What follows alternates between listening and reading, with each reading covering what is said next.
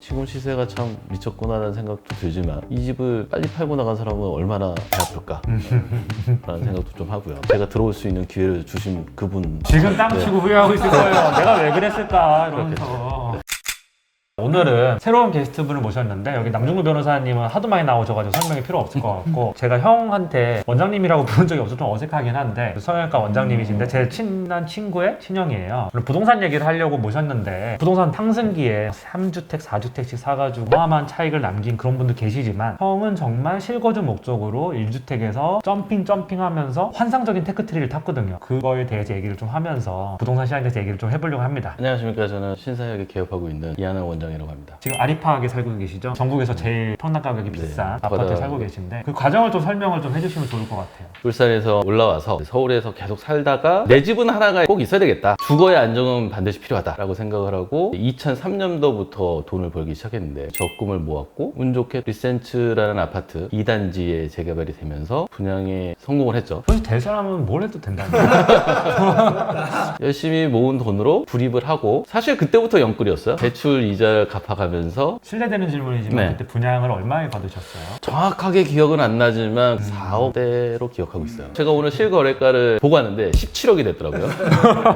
제가 2008년부터 돈을 모아서 공중보건위까지 다 끝나고 회의 생활을 시작하면서 그러면서 제가 입주를 하기 시작했고요. 입주해서 살다가 매도를 하고 그 집을 팔고 나서 저는 전세를 살다가 집은 옮겨가기 위한 수단이었지 팔고 그걸로 뭐 딴짓을 한 거나 하면은 망한다. 예전에 천당 밑에 분당 있다라고 하던 시절에 강남을 팔고 분당 수지로 엄청 넓혀서 간 분들이 많은데 다 지금 땅을 치고 후회하고 있거든요. 그 스토리를 알고 나는 한번 입성을 하면 센터에 들어가는 게 목표지 변두리로 가는 거는 내 선택에서는 있을 수 없다고 생각하고 반포, 압구정 이런 센터 쪽으로 가려고 노력을 했죠. 근데 그때가 딱 재건축이 조금 시작되던 때였어요. 한 번 신축에 살면은 구축으로 가기가 어려워요. 그럼 신축을 한다면 결국은 재건축이 답이다. 그럼 재건축 하는 거를 봤을 때 조합원 분양이 있고 일반 분양이 있는데 일반 분양을 다 넣어봤죠. 싸그리 떨어졌습니다. 근데 이제 아리팍이 딱 떴을 때 그때가 가장 부동산이 안 좋을 때였어요. 박근혜 정권에서 빚내서 제발 집을 사라. 대출 빵빵 해줄게. 제가 리센치로 들어갈 때도 뭘 이렇게 비싸냐. 그렇게 많은 세대가 들어가는데도 고분양이다 라는 논란이 있었지만 그때 정말 아리팍이 고분양의 최고의 논란이었어요. 분양가가 14억 너무 비싸다라는 것에 포커스를 두고 기사가 많이 나왔어요. 그런데도 뭐 떨어지긴 했어요. 근데 사실상 떨어져서 사야 될 것 같다. 압구정은 너무너무 재건축이 멀 것 같고 한강 바로 근처에 있는 아파트 중에 신축은 얘가 제일 빠르다. 나랑 이 타임테이블이 비슷해. 그럼 난 P를 주고 사야 되겠다. 이렇게 보고 있다가 P가 낮은 걸로 살려고 하다가 혹시 기획부동산이고 내가 눈탱이 맞는 게 아닌가 싶어가지고 분양사무실에 전화를 했어. 그랬더니 기획부동산 애들이 여러 개를 갖고 있다가 좋은 거는 갖고 있고 층이 낮은 거를 포기를 한 거야. 그거를 당장 잡았어. 낼름 딱 집어보고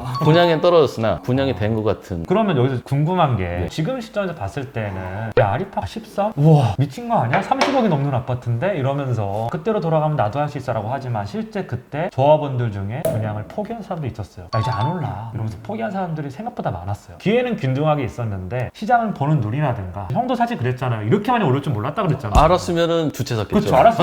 알았으면 두 채 샀죠. 그렇죠. 이렇게 많이 오를 줄은 사실 아무도 몰랐는데 그래도 형은 서울에 살아야 된다라고 하는 전제와 1급지로 들어가야 된다는 전제, 이거는 내가 절대 포기하면 안 된다라고 하는 강한 의지가 있었던 것 같아요. 그렇습니다. 제가 리센치를 팔면서 반포, 자이 그 주변에 있는 아파트를 엄청 보러 다녔는데 하드웨어 자체는 좋기는 한데 과연 왜 비싼가에 대해서 좀 고민을 많이 해봤죠. 그럼 결국 뭐 학군, 교통 좋은 게 명백하거든요. 다른 사람이 선호하는 집은 나도 선호하고 모든 사람이 다 선호할 테니 어차피 공급은 많이 늘어나지 않고 이거는 존버 정신. 혹시 내 집이 떨어지더라도 나는 어차피 1가구 1주택이고 깔고 간다. 어떻게 보면 시기적으로 기가 막힌 타이밍에 사고 판 거예요. 네. 기가 막힌 타이밍에 분양이 됐고 기가 막힌 타이밍에 2배의 차익을 거두고 연끌까지 대출했으면 거의 300~400% 이상 수익을 내고 플러스 페이에서 모은 돈으로 또 연끌해서 아리팍을 딱 갔는데 그렇죠. 레버리지까지 한 600% 이상의 수익을 내게 됩니다. 그래서 이제 연끌에 대한 관념은 레버리지를 젊어서 써야 된다. 나이 들어서는 리스크가 있으니까 내가 버는 데 있어서 적어도 이자를 낼 정도의 능력은 된다라고 한다면 그 레버리지를 안고 가는 거죠. 그 어떤 복잡한 계산보다도 좋은데 존버. 복잡한 계산을 한 게 아니고 세계 여행을 좀 다녀보니까 우리나라 강남이 상당히 건축 시스템이 좋은 편인데 상해, 도쿄를 가보면 집값이 어마어마하게 비싸거든요. 상해가 우리나라보다 더 비싼데 집은 거지 같은 아파트들이 많았어요. 인구 구성의 차이가 있을 수도 있겠지만 있지만 도쿄도 부동산 버블이 꺼졌을 때도 그렇게 안 깨지는 거는 저는 보고 중심지는 불패다. 그때도 강남 불패라고 했었고 깨져봐야 존버하면 이긴다는 정신을 가지고 궁금한 게 그래도 형은 의사로서 자기 병원을 지금 하고도 있지만 사실 오래전부터 주식도 그죠. 했었잖아요. 진짜 오랜 기간 주식을 했으니까 매매 타이밍이나 이런 거를 중요하게 생각을 하잖아요. 주식도 뭐 존버하면 승리한다 이건 아니잖아요. 삼성전자를 전제로 사실 네. 이런 기사도 있어요. 똑같은 돈을 가지고 만약에 압구정 현대를 산 것과 삼성전자를 샀을 때 기준으로 보면 수익률은 삼성전자가 위다. 존니 선생님이 얘기하는 투자 수익률이죠. 예를 들어서 20년 전에 그 시총 탑10 안에 들었던 주식 중에 한국전력이 있어요. 한국전력이 어마어마하게 비싼 주식이었는데 지금 보시면 작살나 있죠. 존버와 장투는 떡잎을 제대로 보고 투자해야 그게 대박이 되지. 한전의 시총 탑10 안에 들고 있다가 존버 정신을 갖고 있다. 지금 아, 까보면 맞아. 뭐 눈물이 앞을 가리겠죠. 그리고 현대차도 이제서야 10년 전 주가를 그렇죠. 좀 회복했고 네. 은행주들은 뭐 10년 동안 거의 주가 변화가 없었고 그런 걸 보면 어떤 종목이냐가 제일 중요한 맞습니다. 거고 저는 그래서 존니 선생님의 그 말에 동의를 전혀 못하죠. 네. 뭐 그렇게 말은 누가 못해 20년 지난 다음에 그럼 그렇죠. 구글 가지고 있었으면 다 부자 됐지. 근데 어쨌든 제가 이 질문을 드린 이유가 뭐냐면 자산시장에 15년 이상 몸을 껴 담아왔던 사람으로서 형이 아파트 매매한 타이밍을 보면 되게 절묘하거든요. 운이죠. 운이다. 네, 운이다. 자산 증식에 대한 컨셉은 자리가 잡혀 있었던 거였고요. 어렸을 때부터. 근데 운이 잘 맞아야 또 잘 떨어지면서 둘러가지. 운이 없으면 굴러갈 수도 있는 거고. 자, 두 분께 질문을 좀 드리면 저도 그거는 동의해요. 20년의 시간을 놓고 봤을 때 인플레이션은 계속 있을 거고 화폐 가치는 정도에 따라 다르겠지만 점점 더 떨어질 거고 30년을 놓고 봤을 때는 그 나라 경제가 완전 폭망하지 않은 이상 핵심지에 있으면 오르긴 하겠죠. 예를 들어서 이 아파트가 40억이다. 조정기를 거쳤을 때 30억에 산 사람과 40억에 산 사람 수익률 차이가 어마어마하게 많이 나거든요. 계속 부담해야 되는 이자 비용도 상당히 차이가 많이 나고 그게 또 기회의 어떤 차이가 벌어지게 되고 2021년이에요. 저금리 기조도 있고 지금 공급량 강남에 굉장히 너무나 적고 그래서 저는 2021년, 2022년 최소 상반기까지는 드라마틱한 상승은 없어도 보합을 유지하면서 조금씩 더 상승할 여지가 있지 않나 생각은 해요. 지금 기준으로 봤을 때 네. 현금 30몇 억이 있어요. 35억이 딱 있어요. 아리박 지금 살 거예요. 그 돈 가지고. 고민을 엄청 하겠죠. 형은요? 현금이 딱 있어요. 지금 대출이 안 나오니까. 그러면 안 사죠.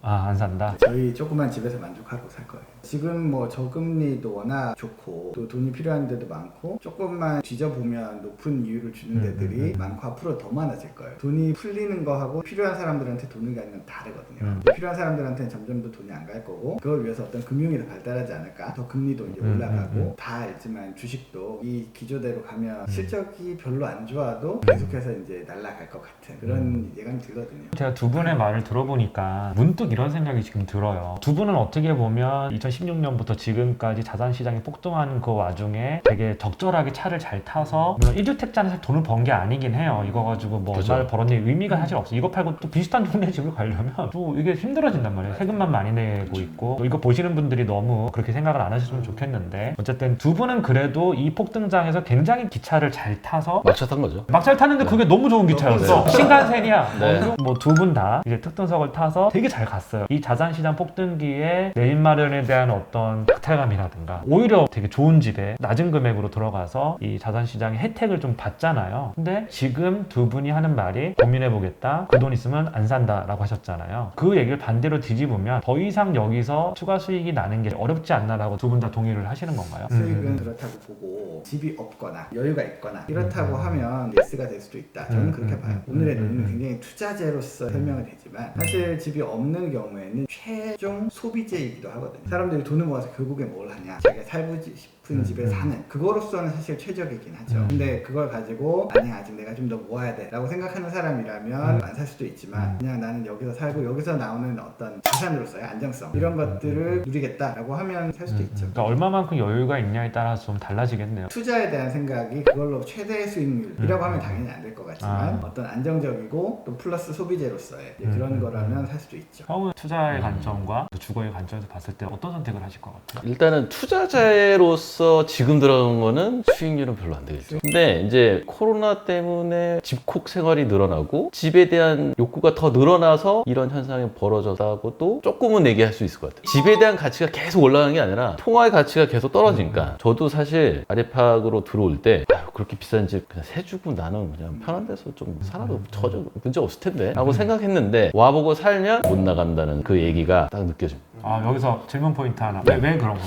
직장하고 가깝죠. 그래서 사실 저는 차 안 갖고 다니고 걸어도 다니고 버스도 노선이 엄청 많고 뭐 지하철도 많고 그러니까 차를 안 갖고 다녀도 전혀 불편함이 없는 곳이고 또 한강이 바로 옆에 있으니까 운동하러 나가기도 좋고 산책하러 나가기도 좋고 지금 얘기가 생기고 보니까 대치동이 교육 1번지긴 하지만 반포도 뭐 나쁘지 않고 웬만하면은 그냥 여기서 살고 싶은 마음이 계속 유지되지 않을까. 좋은 평수에 더 좋은 아파트가 생겨서 다른 집으로 이사를 갈 때 더 좋은 집으로 가기 위함인 거지 동네를 굳이 바꿀 생각은 없는 거죠. 여기서 질문을 좀 하고 싶은 게 네. 처음에 아리팍이 14억이잖아요. 그 당시에 14억은 진짜 너무나 큰 돈이었고 맞습니다. 애초에 이 아파트가 과연 14억의 가치가 있나? 라는 저는 사실 깊은 의문이 있었어요. 왜 14억이라는 돈도 괜찮다고 생각했던 거예요. 일단은 압구정 현대 아파트가 거의 아파트 최고봉의 기준인데 제가 압구정 현대 아파트를 여러 번 방문을 해보니 나는 이 돈 주고 압구정 현대는 지금은 안 사겠다. 대부분이 이제 완전 개조를 해서 살아야 되는데 나는 그럼 신축을 가겠다. 제가 이제 반포 자이랑 레미안 퍼스티지를 여러 집을 봤는데 자이가 층고가 더 낮고 퍼스티지가 조금 높은데 아리팍이 층고가 엄청 높아요. 같은 평수인데도 느낌이 훨씬 좋다. 그리고 센터 안에 들어간다는 나의 어떤 목표는 있었고 그 목표에 제일 부합되는 곳이기 때문에 설사 빠지더라도 존버한다는 정신으로 그리고 대출 이자는 페이였지만 그 월 이자 정도는 내가 감내할 수 있다. 그러면 딱히 14억이라는 금액 자체에 대해서는 신경 썼지만 신경 많이 썼죠.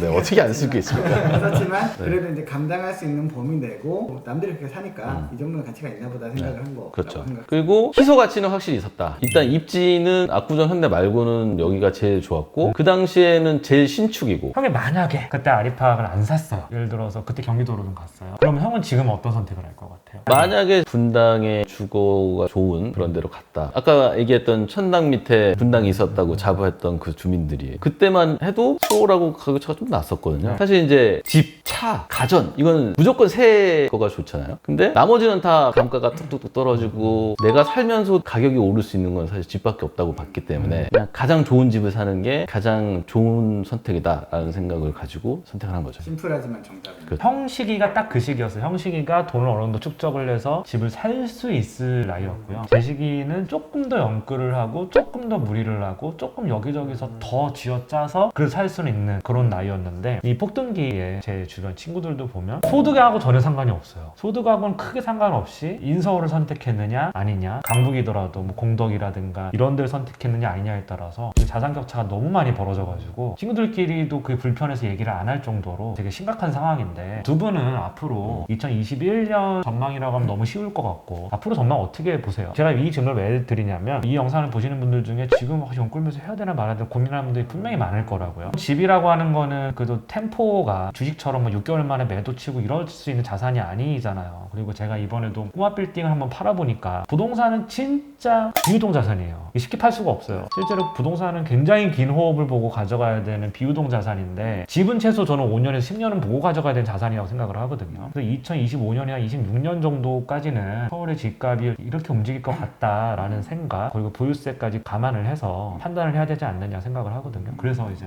5년 정도 텀을 보시면 어떨 것 같으신지. 저는 개인적으로는 약간 계속해서 슈퍼사이클이 온다는 생각을 하고 있어요. 가장 중요한 거는 너무 공급이 적다. 여기서 공급이라는 거는 이 콘텐츠를 보는 모든 분들이 최소한 이 정도는 살아야지라고 생각하는 게 제가 보기에는 1990년대 중후반 이후에 지은 것 같아요. 정도는 그래도 돼야. 근데 이제 그게 점점 더 노후화되는 걸 감안했을 때 당장 지을 때도 없고 뭐 3기 신도시들 그나마 지금 짓겠다고 하는 곳들을 민영으로 내놓지 않는다고 하는 그런 가정 하에서는 모자랄 것 같고 그거에 비해서 통화 정책이 어떻게 될지 모르겠지만 아주 급격하게 변동시키는 거 이외에는 지금처럼 꾸준히 유지할 거라고 저는 개인적으로 보고 있어요. 한 4, 5년 내에도. 4, 5년 내에도요. 네. 중간에 한 번은 굉장히 심한 인플레이션이 올 수도 있다라고 생각을 한다면 부주택자분들이나 또는 갈아타기 기준으로 하면은 그냥 자산을 하나 가지고 버티는 게 가장 좋은 전략이 아닐까. 이제 요거의 전제는 대출은 금리가 좀 변동될 수 있고 기준금리 기준으로 저는 3에서 4%까지도 보고 있거든요. 대출금리로 치면 한 5에서 6% 정도. 이건 이제 맥스로. 근데 그 이상을 가면 왠지 자본주의가 망할 것 같아요. 지금 이 세상에서는 진짜 맥스로 쳐서 그만큼인데 그거에 대한 이자를 감당할 수 있는 좀 이렇게 아껴 써서 꼭지에 잠깐 물려도 오래 안 갈 거라는 생각은 들어요.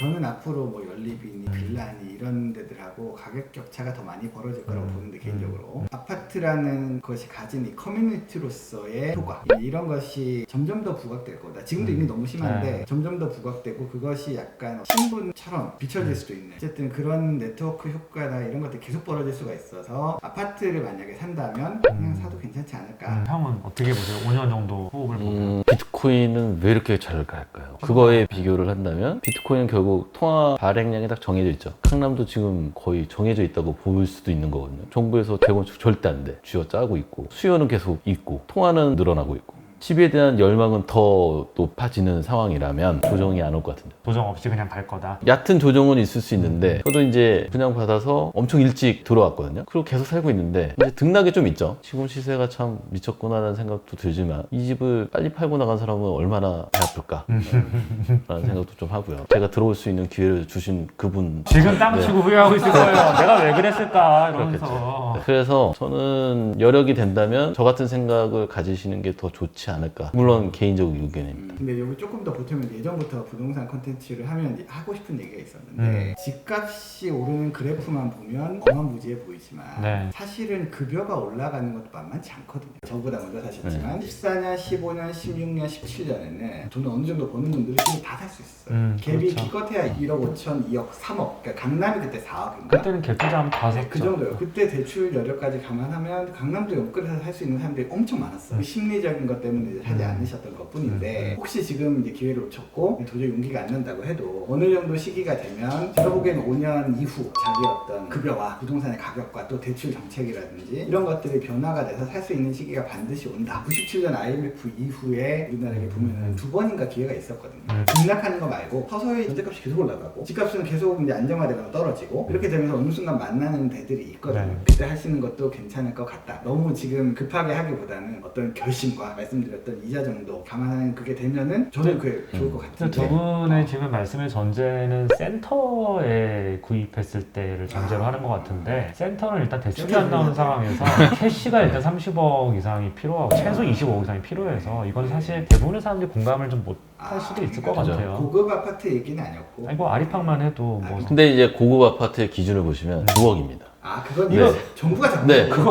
어쨌든 정의를 찾아보면 9억에는 나와 20년 있어요. 전 기준이에요. 20년 전. 우리나라 고소득자의 기준도 8,800만 원 연봉 그 그렇죠. 이상 넘어가면 확 올라가잖아요, 세율이. 그렇죠. 이게 20년 전에 정해놓은 기준이라서 맞지 않는 것 같고요. 형 둘은 이제 센터에 대한 생각은 그렇잖아요. 근데 저 이거 하나는 좀 명확하지 않나. 지금 연끌 뭐 패닉바잉에서 몰려 사는 사람들이 센터에 살 수 있는 사람도 있지만 대부분의 센터는 이제 들어오는 건 좀 늦었어요, 솔직히. 캐시를 그 정도로 가지고 있는 사람들 대부분이 다 집이 있어요. 좀 늦은 감이 좀 있고요. 대출이 안 나오니까. 그래서 이제 대부분 이제 패닉바잉으로 몰려 사는 사람들이 상기 신도시가 들어설 만한 위치에 있는 데에 구축 아파트라든가 이런 데를 이제 많이 보세요. 전 진짜 위험하다고 생각하거든요, 그게. 상기 신도시가 들어오면 작살날 텐데. 저는 사실 요즘에 패닉바잉 하지 말아라고 얘기를 좀 하고 있는 중이고 센터로 들어간다 했을 때 조금 다른 문제인 것 같아요. 주식도 사실은 잘 아시다시피 네. 잡주와 우량주와 네. 초우량주 이런 것들이 네. 있을 때 그 잡주가 뭐 그러니까 작은 회사를 뜻하는 거고 네. 그러지 마시고 그 회사의 수익률이 단기적으로 뭐 좋을 수도 있고 여러 가지 그것들이 있는데 어쨌든 관심에서 멀어지기 쉬워요. 근데 관심에서 멀어져 버리면 주가를 올리기가 너무 힘들어. 해줄 사람이 없습니다. 팔고 세력들도 싶어도. 못 올려. 하여튼 이렇게 되는 거랑 비슷하게 우리 건물 보듯이 네. 건물도 비슷한 데 있어도 가치가 많이 다른 것처럼 맞아. 사실 집도 이제 점점 그런 특성이 강해지는 그런 거고 잘못 고르면 말씀대로 진짜 안 팔리는 그러니까 뭐 집값이 오르는 걸 떠나가지고 그래서 진짜 팔려고 하면 급하게 내놔야 되고 그것이 이제 가격 하락의 트리거가 되고 그런 지역들이 충분히 있다고 생각을 해요. 그랬을 때 저는 제 생각의 기준은 그냥 좋아 뭐 집값이 떨어져도 다른 데 올라가는 것보다는 덜 그러니까 우리가 워낙 수익률로 생각하니까 그런 건데 그냥 못 벌어도 살기에 마음이 편하고 당분간 한 5년 정도 살 수 있다고 생각하면 그렇게 나쁘진 않다고 생각하는데 지금 이제 터보님이 얘기하는 건 여기라도 사야 되라고 안 때 이렇게 덥석 짓는 이건 진짜 위험하다고 저도 공감을 합니다. 어제 창업용 건물을 봤을 때에도 샀다가 매각도 해보고 해보니까 아 이게 진짜 생각만큼 잘 안 팔리는구나. 부동산은 진짜 긴 호흡을 가지고 가야 되는구나. 운 좋게 뭐 단타 치시는 분들도 있고 한데 그렇게 안일하게 생각하면 안 되는구나 라는 생각을 되게 많이 했어요. 이제 또 에피소드를 또 하나 말씀드리면 이제 방송인 노홍철 씨가 아부산 현대 아파트를 사고 있었는데 팔았다고 합니다. 근데 어떻게 팔았느냐? 어떤 의사분이 뭐 예를 들어서 10억인데 내가 3천만 원 더 줄게. 예를 들어서 팔아. 그랬더니 3천만 원 더 준다고? 냉큼 팔았답니다. 언제요? 붙은 깁스 바로 직전인 거예요. 그래서 노홍철 씨는 지금 강북의 어느 곳에서 아주 주거 환경이 좋은데 살고 계시는데 그분 다시 들어오려면 못 들어올 겁니다. 그렇죠. 아마도. 자, 그리고 또 하나가 제 지인 중에 한 명이 잘 사는 친구였고 압구정 미성 아파트를 사서 대출 끼고 존버를 하고 있다가 뭐 좀 일이 안 풀려서 하락기에 팔았어요. 미성 아파트를요? 네. 갑자기 이제 돈이 필요한데 어쩔 수 네, 없죠. 어쩔 수가 없죠. 네. 지금 바라보면 화딱지가 어마어마하게 나는 겁니다. 그것 때문에 진짜 이혼도 한대요. 그렇죠. 부부싸움도 너무 네. 심하게 하고. 그래서 부동산은 긴 호흡을 가져야 되는 게 맞고요. 웬만하면 존버를 하는 게 맞지 않나. 근데 존버하다가 20년 동안 안 오는 데도 되게 많습니다. 그렇죠. 그러니까 이제 센터가 아니고 존버한 함부로 하는 거 아니에요. 맞습니다. 그러니까 싹수를 보고 싹수를 보고 해야 돼.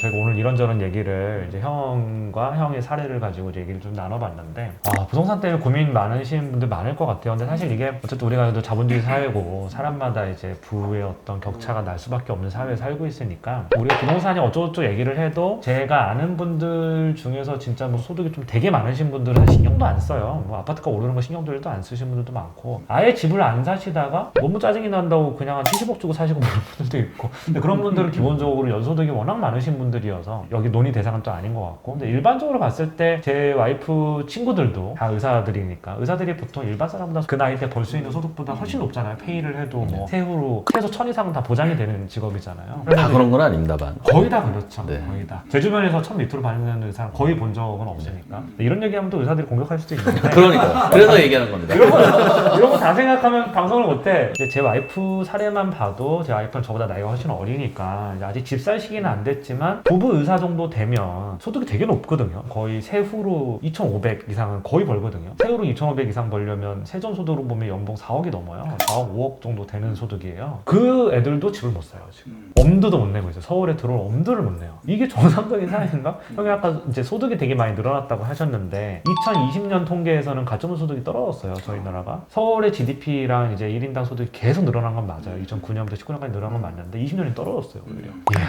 이게 어떤 사회인가? 저도 좀 판단이 안 되는데 어쨌든 오늘 두 분하고 얘기를 이렇게 좀 재밌게 나눠봤고 이걸 보시고 뭐 이렇게 가장 1일도 안 보탠 실제 사례니까 팁을 얻는 분들도 계실 거고 아 그래 과감하게 베팅할 땐 해야 되는구나 라고 생각하시는 분도 계실 거고 너무 이렇게 박탈감 비슷하게 뭐 이런 거 느끼시는 분 계실 텐데 저희 컨텐츠의 목적은 조금이라도 이런 실제 사례들을 좀 더 많이 보여주면서 사람들이 선택할 때 좀 도움이 되면 좀 좋지 않을까 해서 이런 컨텐츠를 좀 만들어 봤어요. 그래서 오늘 급하게 두 분 바쁘신데 와주셔서 너무 초대해 주셔서 그냥 왔는데 갑자기 중구형 사실 모르고 왔어.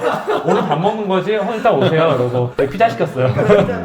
피자 왜 안 오니? 왔어요. 왔어. 식기 전에 먹읍시다. 네. 오늘 감사합니다. 감사합니다.